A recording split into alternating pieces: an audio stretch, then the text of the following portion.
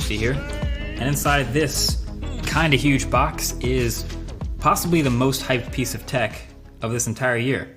And that is a PlayStation 5. So this video is a look at the final retail packaging for this console. So some of you might know I've been testing a preview Xbox Series X.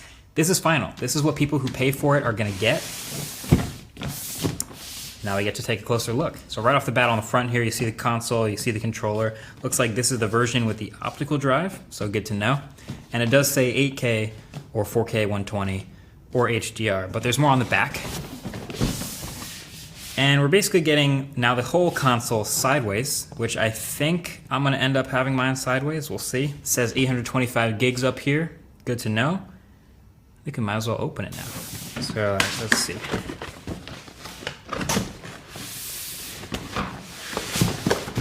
All right, so at the top here, there's a little cardboard box.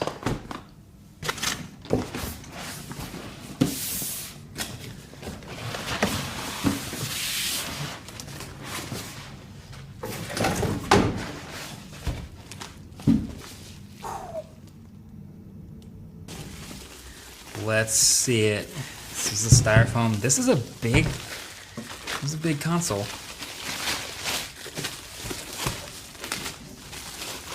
Ooh, that is pretty nice actually, but it is huge.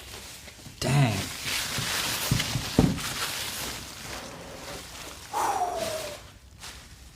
That is the PlayStation 5. That is a tall, but also kind of nice console.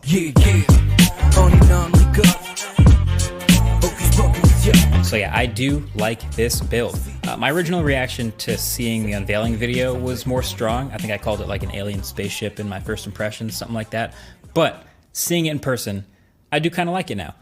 But by the way, so in the cardboard box, just to finish off the unboxing, you've got the power cable to plug it straight into the wall, no brick.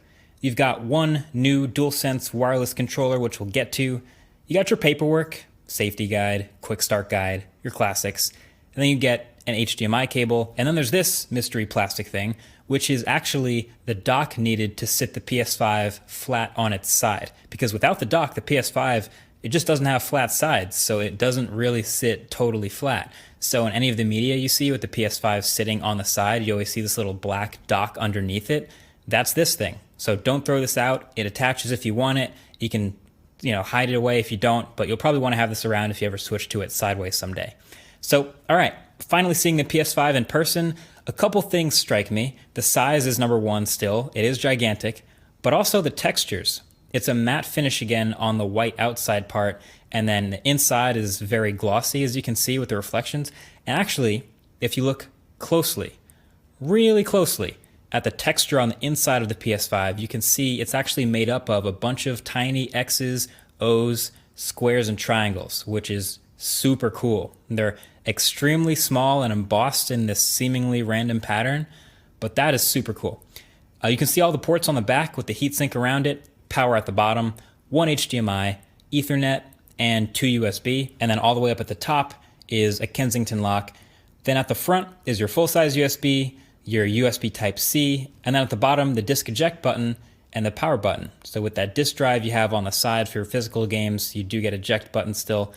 And for the digital only version, I guess you just won't have that eject button and the side will be blank, just covered up there, no disk drive. And yeah, you can see it's not a pointlessly complex design. A lot of what you're looking at up front is heat sinks, it's a lot of thermal management, it's a lot of cooling off those insides. Size comparison time. PS4 Pro, it's got a dbrand skin on it, but this is the size of the console that I've been using. It's definitely slimmer, and just this monolith, oh, it's heavier too. The PS5 is heavy, and it's definitely gonna be taller, wider. It's bigger in every dimension, and it's heavier. And I guess it really depends on what underneath your TV looks like about whether this height difference will matter to you or not, but that height difference is real. If you're putting it underneath something that didn't have enough clearance before, airflow will be even more restricted because of the size of this thing. Xbox Series X, this one's an even more impressive difference here. I mean, the PlayStation just kind of dwarfs it at this point. And I don't know if that's an efficiency thing. I don't know if you're putting it next to your TV, you might not care so much about that. But as far as just the footprint, the sheer footprint of the PS5, I think we're really seeing now how massive this thing is. Kind of looks like a fancy building, like a really cool architected. I don't know what building I'm thinking of, but it kind of looks like a building. But of course, there's more to the PS5 than just the console itself. There is also all the accessories. Let's get into those. So inside this box, you'll have a DualSense wireless controller if you get one separately. So it is white. So again, with the Stormtrooper white color scheme with blue accents, and you'll notice that theme sticks through literally everything here. So as I struggle my way through the unboxing and get to the controller, the first impression of it is also really nice. I am a big fan of this controller. Now the PS4 controller to me was fine, but I actually liked the Xbox Elite controller more because it's a little bigger in my hands, it fits well, it just feels higher quality. So I was hoping actually for a bigger, more solid PS5 controller, and that's exactly what we got. It's more comfortable, the stems are a little bit longer, it's a little bigger, but it is still really lightweight, so that hasn't changed. But to me, yeah, this controller is a pretty huge win.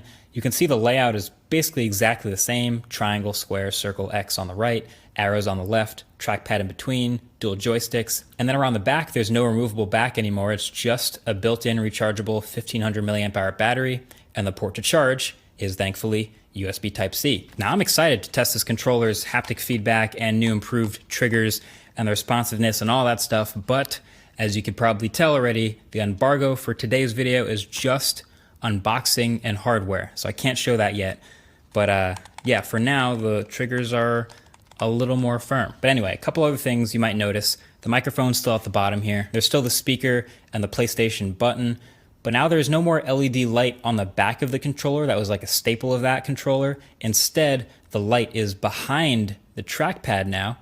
And at the bottom here, underneath the light, you'll notice some pins on either side of the headphone jack, and that's for the docked charging, but we'll get more into charging in a second. But again, by far the coolest part of the design of this controller is the texture on the back, and it's again made up of those tiny little shapes. It's subtle, but you can see the embossed X's and O's and squares and triangles.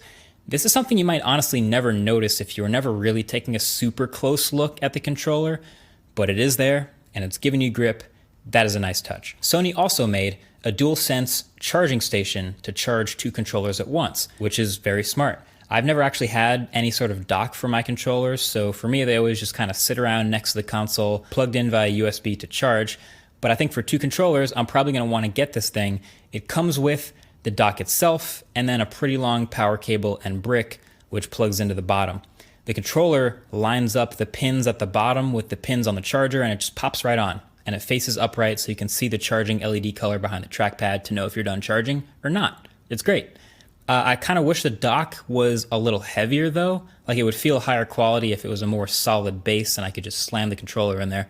But the rest is great. You're freeing up USB ports on the front of the console, and if you can spare another wall outlet for this charger, seems like a good buy. Also, the click-in is very satisfying.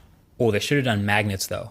That would have actually been kind of sick if they had MagSafe technology in the PS5 dock. You could just drop it in there and it would line up on its own. But I don't know, maybe next time. Okay, real quick, let's also take a look at the new headphones and the camera. So the new Pulse 3D wireless headset here is pretty distinct. This is a design that looks to be like super minimal. It's this white and black headset for the PlayStation that'll do 3D audio with certain games that support it. So they drop dual microphones in here for better audio quality and noise cancellation, and they promise a 12-hour battery life. Getting them out the box, the headphones themselves, they look crazy. They look pretty massive and very unique looking. So they look like someone was challenged with the design to make the ultimate, modern, minimal pair of headphones. And they came up with this. Now it does have USB-C charging, great. Has a 3.5mm headphone jack to plug straight into the controller, and a USB dongle to connect wirelessly to the console or pretty much anything else. But yeah, the headphones. The material here is almost entirely plastic again, which is fine, but they also have this unique dual band design where the bottom is this sliding rubber band for fit. Sits on your head. The ear cushions are super thick and soft and comfortable, and the whole package is pretty lightweight, so that's nice. USB-C charging, microphone mute button. All the controls are at the bottom, including the sliding power and the LED indicator. It's all in the left ear cup. It's really sleek and pretty cool, but I don't know. I feel like I'm not gonna use these no matter how nice they make them, but maybe I'm wrong. Maybe, do you guys use the Sony PlayStation headphones, or do you use third-party headphones, or just use the speakers on your TV? I'm kind of curious what that ratio is like. Maybe let me know in the comment section below. These are cool, but I probably won't use them. Then last but not least, the HD camera. This will probably be the least purchased official first-party accessory, but let's be honest, for people streaming their games, this is probably going to be the camera to buy that integrates with the whole system and of course matches the whole aesthetic. It's a 1080p camera. It's got a built-in white stand that lets you adjust the angle. So if you put it below the TV, you can point it up. If you put it above the TV, you can point it down. But yeah, there you have it. Those are all the accessories. That is the PlayStation 5 console. Just a first look and unboxing of the hardware. Conveniently, thanks to the embargo, that is all I am allowed to show you in this video today. But you guys already know, as soon as I'm turning the camera off, I'm gonna go ahead and plug it in and fire it up and start playing some games. I mean, testing. I'm gonna be testing the PS5 over the next couple weeks, along with the systems that are all here. It's Techtober, there's a lot going on. Make sure you're subscribed to see the full review if you haven't already. And that's about it. Thanks for watching. Catch you guys in the next one. Peace.